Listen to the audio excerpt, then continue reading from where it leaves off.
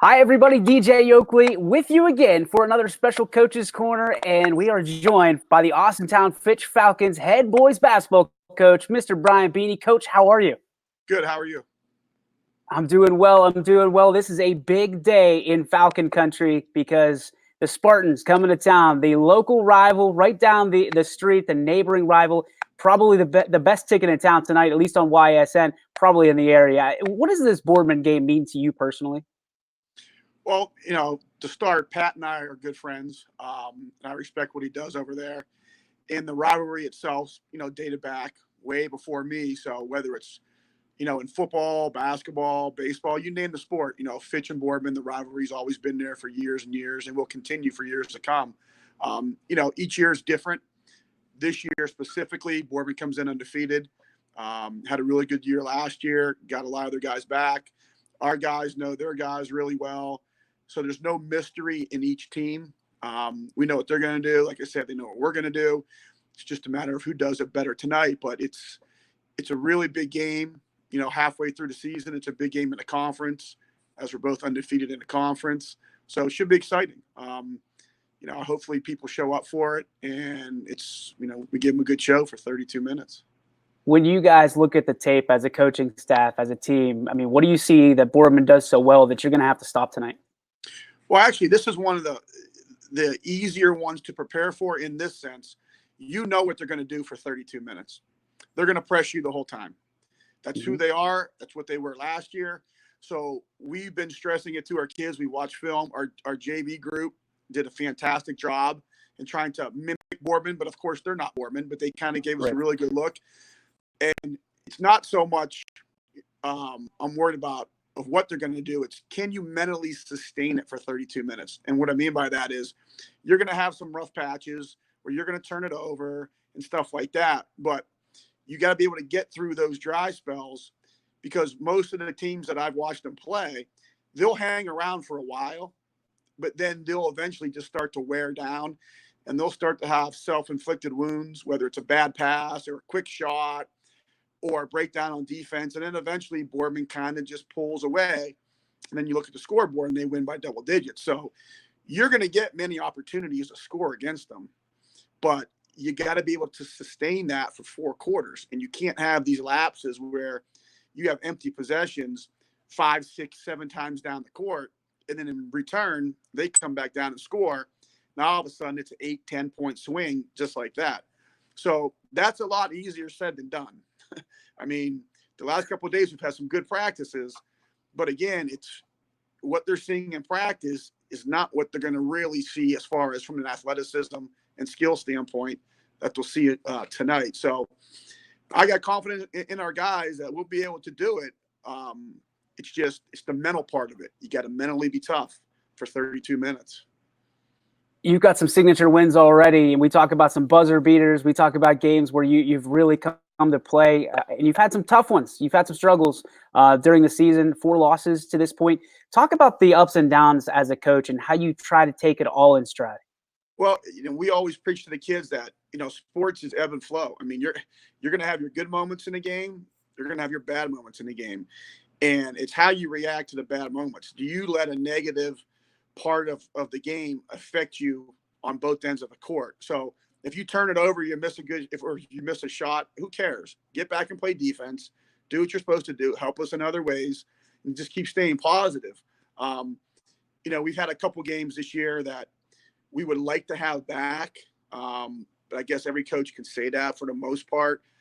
The first game this season, we'd like to have that one back, but that was game 1. We had some injuries and stuff like that. And then the Alliance game, we didn't have Leskovac. So there's a couple that, we're 6-4, but in our minds, should probably be 8-2. Glen Oak was Glen Oak, very, very good team. And then Struthers just shot the ball very well. So we've done a lot of good things this year, but we still got to get better. And obviously every coach can say you got to still work on things as the season goes on. And not to give you a built-in excuse, but a thing not a lot of people know, when you guys were kind of unhealthy to start the season, you were still trucking along. So kudos to you, a hat tip to you, and hat tip to your guys for being able to, just kind of build this ship in the sea so to speak, and continue to your winning ways at Fitch. This game, obviously, Borman game, all eyes are going to be on Derek Anderson. All eyes are going to be on Todd Simons. But you think it's going to be the supplemental players that are going to make up the narrative tonight. Why is that? Well, I mean, Derek and Todd's stats are almost identical. Derek's averaging 22.1, Todd's averaging 22.3. If you look at their free throw attempts, you look at their field goal attempts, basically that's pretty much a wash, probably. So then it comes down to, okay, who are Boardman's other players and how do they, match up with our other players? And statistically, it's pretty much even across the board. They're averaging 63.5 points a game. We're averaging 64.5 points a game. So everything across the board, but in every game, there's always one or two kids, whether you win or lose, you say, wow, we really got some positive things from this kid. And then if you happen to lose again, you say, well, how did this kid score this many points against us that you kind of didn't have on your radar? So there's always going to be, like I said, a couple kids that step up. And tonight, obviously, who knows who it will be, but hopefully it's some of our guys can rise above, what we're expecting of them. So we'll see what happens. I mean, it's like I said before, it should be a good one. I know you're good friends with our general manager, Steve Leslie, and he speaks so highly of you, and he loves your coaching style, which he kind of brought to me and said, this is an old school coaching style, that it's tough love. He wants his guys to do things the right way. Where did you get your coaching style from? Where do you attribute that, and how effective has it been here at Fitch? Well, I'm a graduate. I played here. I graduated in '89. So, the coaches back in the day, that's kind of how they were. They would still do anything for you, but they expected the best out of you. And then when I got on staff here in the early 90s, and I coached under Coach Gary Conroy, and Gary was a tough love type of coach as well. So I've kind of learned from my high school coaches, and then when I was under as an assistant, and and the kids, if you show the kids that you're passionate and that you care about them and you only have the best in mind, kids will be okay with you getting on them. But it's never a way that's demeaning or degrading or embarrassing. It's basically getting on them to do your job, do what you're supposed to do, hold yourself accountable, hold your other teammates accountable. And that's what life is. That's what I tell them. Like, when you have a job, you might not like your boss all the time, but you have a job to do. Being a husband is not easy. Being a father is not easy. Like, that's life stuff. Like, you can't just pack up your bags and move away if things don't go well. So that's what we try to get into our kids every game. But again, you're not going to have good moments, but how do you respond to those moments? And for me, just the accountability part of it. When you're out there, do what you're supposed to do. And if they don't do it, at times I'll tell them about it. But when they do it, I'm the first one there to give them a high five, a chest bump, or whatever the case may be.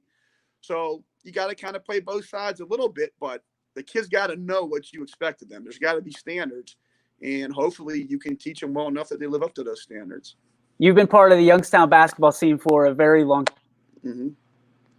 You've been part of the Youngstown basketball scene for a while, and when you look around and see the talent that's starting to bubble up to the surface, you have a good portion of it. When you look around at other teams in the area, how excited are you for basketball to kind of take the center stage in Youngstown here for a little bit?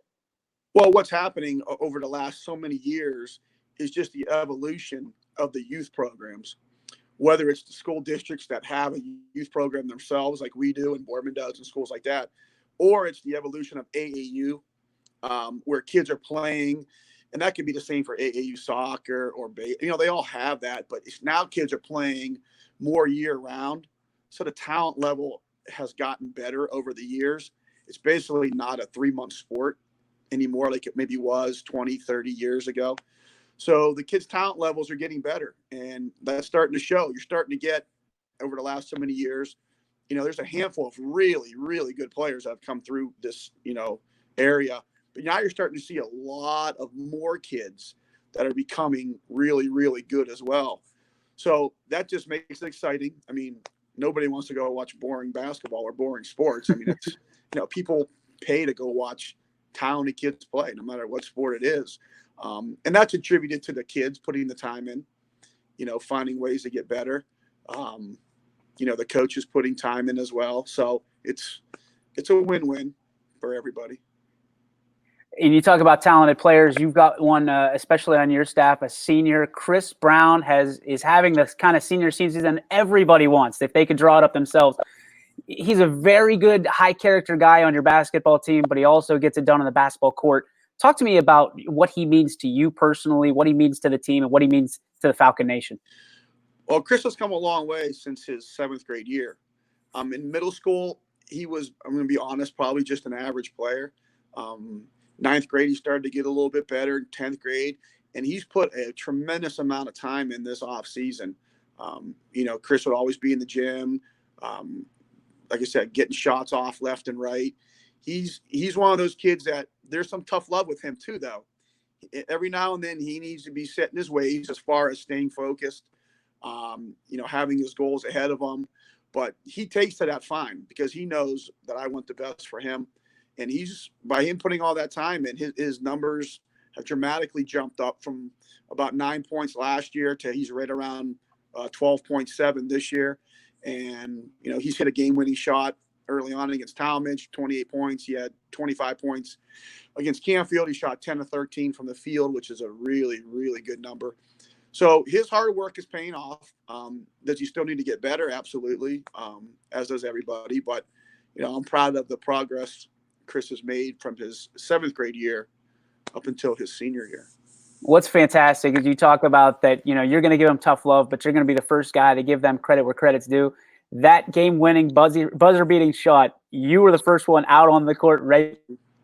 And praise him. So, again, just love the way you coach. The way you interview is fantastic. I love the straight shooting. Coach, thank you so much for your time. We'll talk to you next week. Good luck tonight against Borman. I appreciate it. Thank you.